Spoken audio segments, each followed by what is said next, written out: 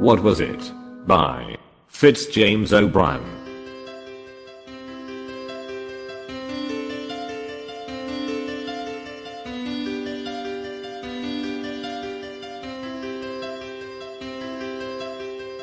It is, I confess, with considerable diffidence, that I approach the strange narrative which I am about to relate. The events which I purpose detailing are of so extraordinary a character that I'm quite prepared to meet with an unusual amount of incredulity and scorn. I accept all such beforehand. I have, I trust, the literary courage to face unbelief. I have, after mature consideration, resolved to narrate, in as simple and straightforward a manner as I can compass, some facts that passed under my observation in the month of July last, and which, in the annals of the mysteries of physical science, are wholly unparalleled. I live at No. 26th Street, in New York. The house is in some respects a curious one. It has enjoyed for the last 2 years the reputation of being haunted.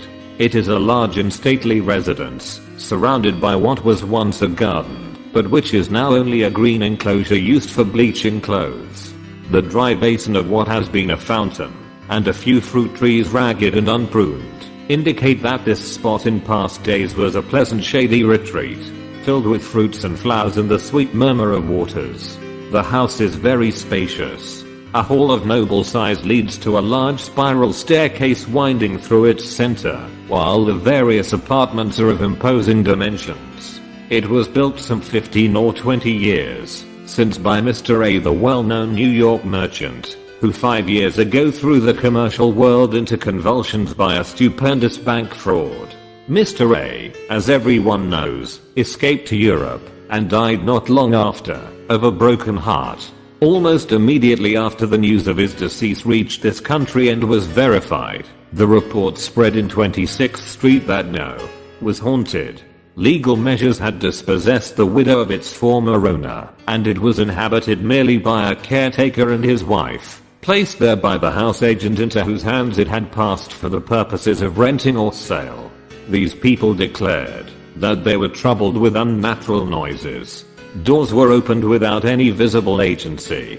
The remnants of furniture scattered through the various rooms were, during the night, piled one upon the other by unknown hands. Invisible feet passed up and down the stairs in broad daylight, accompanied by the rustle of unseen silk dresses, and the gliding of viewless hands along the massive balusters. The caretaker and his wife declared they would live there no longer. The house agent laughed, dismissed them, and put others in their place. The noises and supernatural manifestations continued. The neighborhood caught up the story, and the house remained untenanted for 3 years. Several persons negotiated for it, but, somehow, always before the bargain was closed they heard the unpleasant rumors, and declined to treat any further. It was in this state of things that my landlady, who at that time kept a boarding house in Bleecker Street, and who wished to move further uptown, conceived the bold idea of renting No. 26th Street. Happening to have in her house rather a plucky and philosophical set of boarders, she laid her scheme before us, stating candidly everything she had heard respecting the ghostly qualities of the establishment to which she wished to remove us. With the exception of 2 timid persons, a sea captain and a returned Californian, who immediately gave notice that they would leave, all of Mrs. Moffat's guests declared that they would accompany her in her chivalric incursion into the abode of spirits. Our removal was effected in the month of May, and we were charmed with our new residence. The portion of 26th Street, where our house is situated, between 7th and 8th Avenues, is one of the pleasantest localities in New York. The gardens back of the houses, running down nearly to the Hudson, form, in the summertime, a perfect avenue of verdure. The air is pure and invigorating, sweeping, as it does, straight across the river from the Weehawken Heights, and even the ragged garden which surrounded the house, although displaying on washing days rather too much clothes line, still gave us a piece of greensward to look at, and a cool retreat in the summer evenings, where we smoked our cigars in the dusk, and watched the fireflies flashing their dark lanterns in the long grass. Of course, we had no sooner established ourselves at no than we began to expect ghosts. We absolutely awaited their advent with eagerness. Our dinner conversation was supernatural. One of the boarders, who had purchased Mrs. Crow's Night Side of Nature for his own private delectation, was regarded as a public enemy by the entire household for not having bought 20 copies. The man led a life of supreme wretchedness while he was reading this volume. A system of espionage was established, of which he was the victim. If he incautiously laid the book down for an instant and left the room, it was immediately seized and read aloud in secret places to a select few.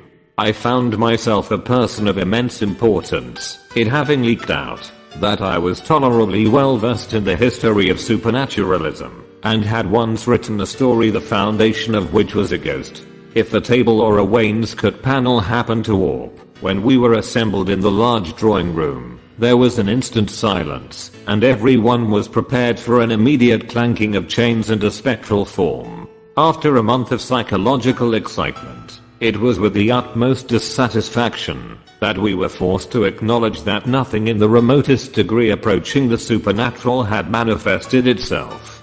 Once the Black Butler asseverated that his candle had been blown out by some invisible agency while he was undressing himself for the night, but as I had more than once discovered this colored gentleman in a condition when one candle must have appeared to him like two, thought it possible that, by going a step further in his potations, he might have reversed this phenomenon and seen no candle at all where he ought to have beheld one. Things were in this state when an accident took place so awful and inexplicable in its character that my reason fairly reels at the bare memory of the occurrence. It was the 10th of July. After dinner was over, I repaired, with my friend Dr. Hammond, to the garden to smoke my evening pipe. Independent of certain mental sympathies which existed between the doctor and myself, we were linked together by a vice. We both smoked opium. We knew each other's secret and respected it. We enjoyed together that wonderful expansion of thought, that marvelous intensifying of the perceptive faculties, that boundless feeling of existence when we seemed to have points of contact with the whole universe. In short, that unimaginable spiritual bliss which I would not surrender for a throne, and which I hope you, reader, will never taste. Those hours of opium happiness which the doctor and I spent together in secret were regulated with a scientific accuracy. We did not blindly smoke the drug of paradise and leave our dreams to chance. While smoking, we carefully steered our conversation through the brightest and calmest channels of thought.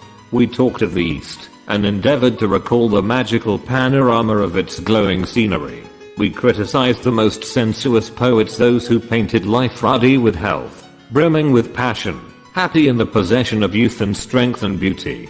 If we talked of Shakespeare's Tempest, we lingered over Ariel and avoided Caliban. Like the goobers, we turned our faces to the east and saw only the sunny side of the world. This skillful coloring of our train of thought produced in our subsequent visions a corresponding tone. The splendors of Arabian fairyland dyed our dreams. We paced the narrow strip of grass with the tread and port of kings. The song of the Rana Arborea, while he clung to the bark of the ragged plum tree, sounded like the strains of divine musicians. Houses, walls, and streets melted like rain clouds, and vistas of unimaginable glory stretched away before us. It was a rapturous companionship. We enjoyed the vast delight more perfectly because, even in our most ecstatic moments, we were conscious of each other's presence. Our pleasures, while individual, were still twin, vibrating and moving in musical accord. On the evening in question, the 10th of July, the doctor and myself drifted into an unusually metaphysical mood. We lit a large meerschaums, filled with fine Turkish tobacco, in the core of which burned a little black nut of opium that, like the nut in the fairy tale, held within its narrow limits wonders beyond the reach of kings. We paced to and fro, conversing. A strange perversity dominated the currents of our thought. They would not flow through the sunlit channels into which we strove to divert them. For some unaccountable reason, they constantly diverged into dark and lonesome beds, where a continual gloom brooded. It was in vain that, after our old fashion, we flung ourselves on the shores of the East and talked of its gay bazaars, of the splendors of the time of Haran, of harems and golden palaces. Black afrits continually arose from the depths of our talk and expanded, like the one the fisherman released from the copper vessel, until they blotted everything bright from our vision. Insensibly, we yielded to the occult force that swayed us, and indulged in gloomy speculation. We had talked some time upon the proneness of the human mind to mysticism, and the almost universal love of the terrible, when Hammond suddenly said to me, "What do you consider to be the greatest element of terror?" The question puzzled me. That many things were terrible, I knew. Stumbling over a corpse in the dark, beholding, as I once did, a woman floating down a deep and rapid river, with wildly lifted arms, and awful, upturned face, uttering, as she drifted, shrieks that rent one's heart, while we, spectators, stood frozen at a window which overhung the river at a height of 60 feet, unable to make the slightest effort to save her, but dumbly watching her last supreme agony and her disappearance. A shattered wreck, with no life visible, encountered floating listlessly on the ocean, is a terrible object, for it suggests a huge terror, the proportions of which are veiled. But it now struck me for the first time, that there must be one great, and ruling embodiment of fear, a king of terrors, to which all others must succumb. What might it be? To what train of circumstances would it owe its existence? I confess, Hammond, I replied to my friend, I never considered the subject before. That there must be one something more terrible than any other thing, I feel. I cannot attempt, however, even the most vague definition. I'm somewhat like you, Harry, he answered. I feel my capacity to experience a terror greater than anything yet conceived by the human mind, something combining in fearful and unnatural amalgamation hitherto supposed incompatible element. The calling of the voices in Brockden Brown's novel of Wieland is awful, so is the picture of the dweller of the threshold in Bulwer's Zanoni, but, he added, shaking his head gloomily, there is something more horrible still than those. Look here, Hammond, I rejoined, let us drop this kind of talk, for heaven's sake. We shall suffer for it, depend on it. I don't know what's the matter with me tonight, he replied, but my brain is running upon all sorts of weird and awful thoughts. I feel as if I could write a story like Hoffman tonight, if I were only master of a literary style. Well, if we are going to be Hoffman-esque in our talk, I'm off to bed. Opium and nightmares should never be brought together. How sultry it is. Good night, Hammond. Good night, Harry. Pleasant dreams to you. To you, gloomy wretch, afrits, gals, and enchanters. We parted, and each sought his respective chamber. I undressed quickly, and got into bed, taking with me, according to my usual custom, a book, over which I generally read myself to sleep. I opened the volume, as soon as I had laid my head upon the pillow, and instantly flung it to the other side of the room. It was Gaudin's History of Monsters, a curious French work, which I had lately imported from Paris, but which, in the state of mind I had then reached, was anything but an agreeable companion. I resolved to go to sleep at once, so, turning down my gas until nothing but a little blue point of light glimmered on the top of the tube, I composed myself to rest. The room was in total darkness. The atom of gas that still remained alight did not illuminate a distance of 3 inches round the burner. I desperately drew my arm across my eyes, as if to shut out even the darkness, and tried to think of nothing. It was in vain. The confounded themes touched on by Hammond in the garden kept obtruding themselves on my brain. I battled against them. I erected ramparts of would-be blackness of intellect to keep them out. They still crowded upon me, while I was lying still as a corpse, hoping that by a perfect physical inaction I should hasten mental repose. An awful incident occurred. A something dropped, as it seemed, from the ceiling, plumb upon my chest, and the next instant I felt 2 bony hands encircling my throat, endeavoring to choke me. I'm no coward, and am possessed of considerable physical strength. The suddenness of the attack, instead of stunning me, strung every nerve to its highest tension. My body acted from instinct, before my brain had time to realize the terrors of my position. In an instant I wound two muscular arms around the creature, and squeezed it, with all the strength of despair, against my chest. In a few seconds the bony hands that had fastened on my throat loosened their hold, and I was free to breathe once more. Then commenced a struggle of awful intensity, immersed in the most profound darkness, totally ignorant of the nature of the thing by which I was so suddenly attacked, finding my grasp slipping every moment, by reason, it seemed to me, of the entire nakedness of my assailant, bitten with sharp teeth in the shoulder, neck, and chest, having every moment to protect my throat against a pair of sinewy agile hands, which my utmost efforts could not confine. These were a combination of circumstances to combat which required all the strength, skill, and courage that I possessed. At last, after a silent, deadly, exhausting struggle, I got my assailant under by a series of incredible efforts of strength. Once pinned, with my knee on what I made out to be its chest, I knew that I was victor. I rested for a moment to breathe. I heard the creature beneath me panting in the darkness, and felt the violent throbbing of a heart. It was apparently as exhausted as I was. That was one comfort. At this moment I remembered that I usually placed under my pillow, before going to bed, a large yellow silk pocket handkerchief. I felt for it instantly. It was there.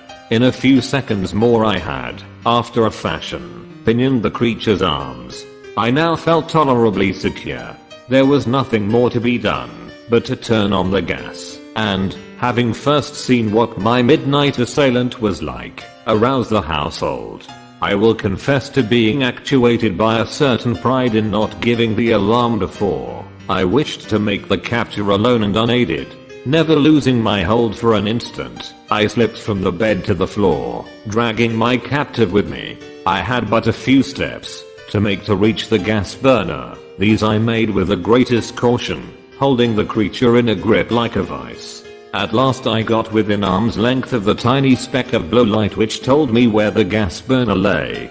Quick as lightning I released my grasp with one hand and let on the full flood of light. Then I turned to look at my captive. I cannot even attempt to give any definition of my sensations the instant after I turned on the gas. I suppose I must have shrieked with terror, for in less than a minute afterward my room was crowded with the inmates of the house.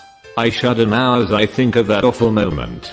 I saw nothing. Yes, I had one arm firmly clasped round a breathing, panting, corporeal shape, my other hand gripped with all its strength a throat as warm, as apparently fleshy, as my own. And yet, with this living substance in my grasp, with its body pressed against my own, and all in the bright glare of a large jet of gas, I absolutely beheld nothing. Not even an outline of vapor. I do not, even at this hour, realize the situation in which I found myself. I cannot recall the astounding incident thoroughly. Imagination in vain tries to compass the awful paradox. It breathed. I felt its warm breath upon my cheek. It struggled fiercely. It had hands. They clutched me. Its skin was smooth, like my own. There it lay, pressed close up against me, solid as stone and yet utterly invisible. I wonder that I did not faint, or go mad on the instant. Some wonderful instinct must have sustained me, for, absolutely, in place of loosening my hold on the terrible enigma, I seemed to gain an additional strength in my moment of horror, and tightened my grasp with such wonderful force, that I felt the creature shivering with agony. Just then Hammond entered my room at the head of the household. As soon as he beheld my face, which, I suppose, must have been an awful sight to look at, he hastened forward, crying, "Great heaven, Harry, what has happened?" "Hammond, Hammond," I cried, "come here. Oh, this is awful. I have been attacked in bed by something or other, which I have hold of, but I can't see it, I can't see it." Hammond, doubtless struck by the unfeigned horror expressed in my countenance, made one or two steps forward with an anxious yet puzzled expression. A very audible titter burst from the remainder of my visitors. This suppressed laughter made me furious. To laugh at a human being in my position. It was the worst species of cruelty. Now, I can understand why the appearance of a man struggling violently, as it would seem, with an airy nothing, and calling for assistance against a vision, should have appeared ludicrous. Then, so great was my rage against the mocking crowd, that had I the power I would have stricken them dead where they stood. Hammond. Hammond. I cried again, despairingly, for God's sake come to me. I can hold the thing, but a short while longer. It is overpowering me. Help me. Help me. Harry, whispered Hammond, approaching me. You have been smoking too much opium. I swear to you, Hammond, that this is no vision, I answered, in the same low tone. Don't you see how it shakes my whole frame with its struggles? If you don't believe me, convince yourself.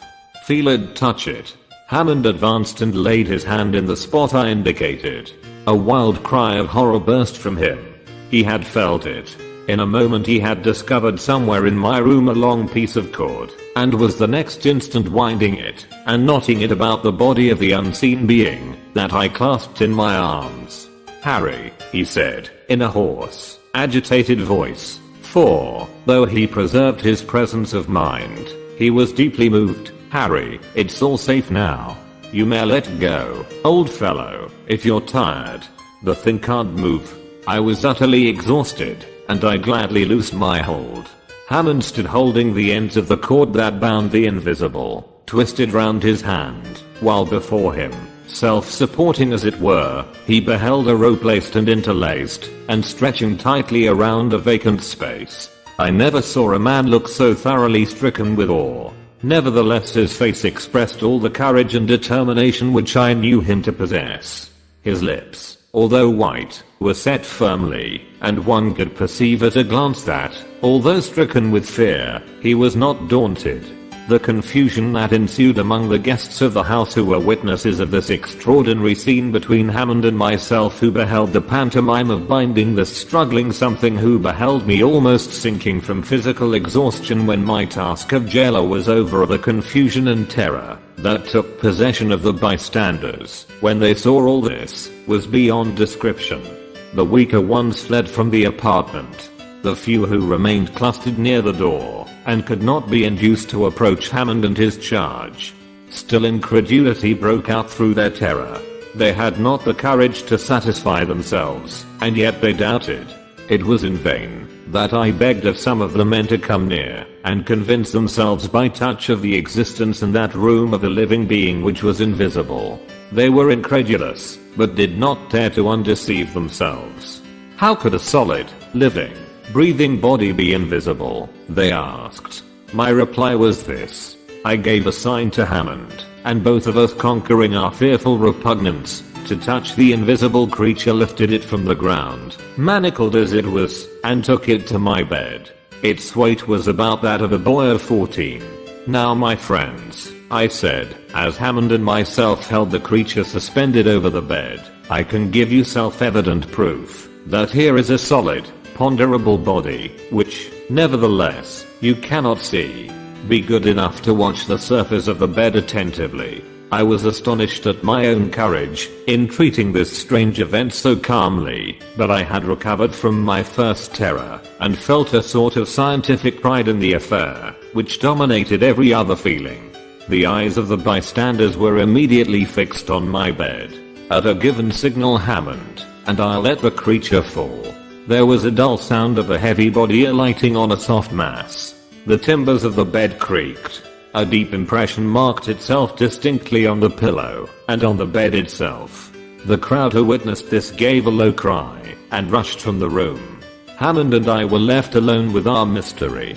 We remained silent for some time, listening to the low irregular breathing of the creature on the bed, and watching the rustle of the bedclothes as it impotently struggled to free itself from confinement. Then Hammond spoke. "Harry, this is awful. Awful. But not unaccountable. Not unaccountable. What do you mean? Such a thing has never occurred since the birth of the world. I know not what to think. Hammond, God grant that I'm not mad, and that this is not an insane fantasy. Let us reason a little, Harry. Here is a solid body which we touch, but which we cannot see. The fact is so unusual that it strikes us with terror. Is there no parallel, though, for such a phenomenon? Take a piece of pure glass. It is tangible and transparent. A certain chemical coarseness is all that prevents its being so entirely transparent as to be totally invisible. It is not theoretically impossible, mind you, to make a glass which shall not reflect a single ray of light, a glass so pure and homogeneous in its atoms, that the rays from the sun will pass through it as they do through the air, refracted but not reflected. We do not see the air, and yet we feel it. That's all very well, Hammond, but these are inanimate substances. Glass does not breathe, air does not breathe. This thing has a heart that palpitates, a will that moves it, lungs that play and inspire and respire.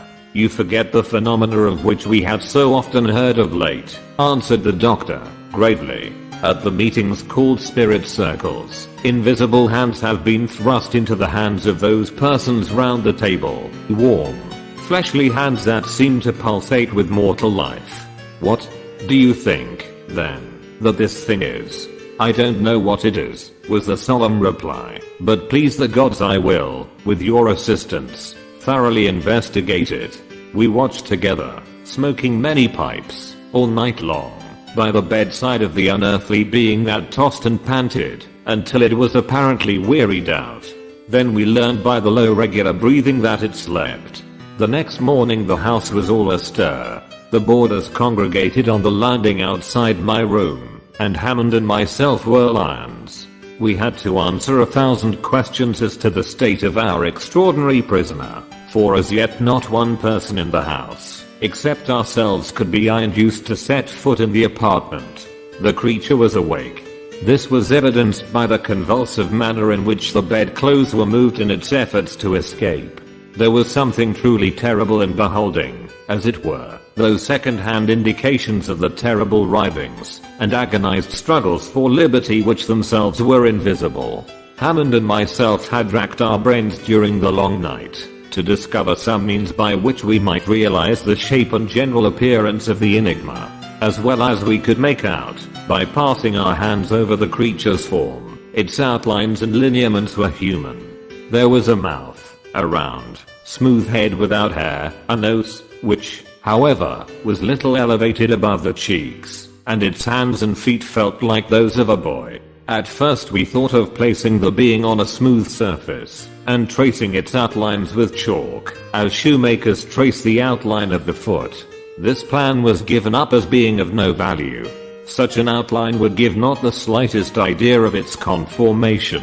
A happy thought struck me. We would take a cast of it in plaster of Paris. This would give us the solid figure, and satisfy all our wishes. But how to do it? The movements of the creature would disturb the setting of the plastic covering, and distort the mold. Another thought.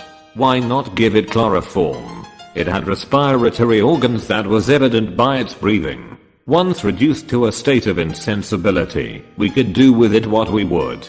Dr. X was sent for, and after the worthy physician had recovered from the first shock of amazement, he proceeded to administer the chloroform. In 3 minutes afterward we were enabled to remove the fetters from the creature's body, and a modeler was busily engaged in covering the invisible form with the moist clay. In 5 minutes more we had a mold, and before evening a rough facsimile of the mystery. It was shaped like a man, distorted, uncouth, and horrible, but still a man. It was small, not over 4 feet and some inches in height, and its limbs revealed a muscular development that was unparalleled. Its face surpassed in hideousness anything I had ever seen.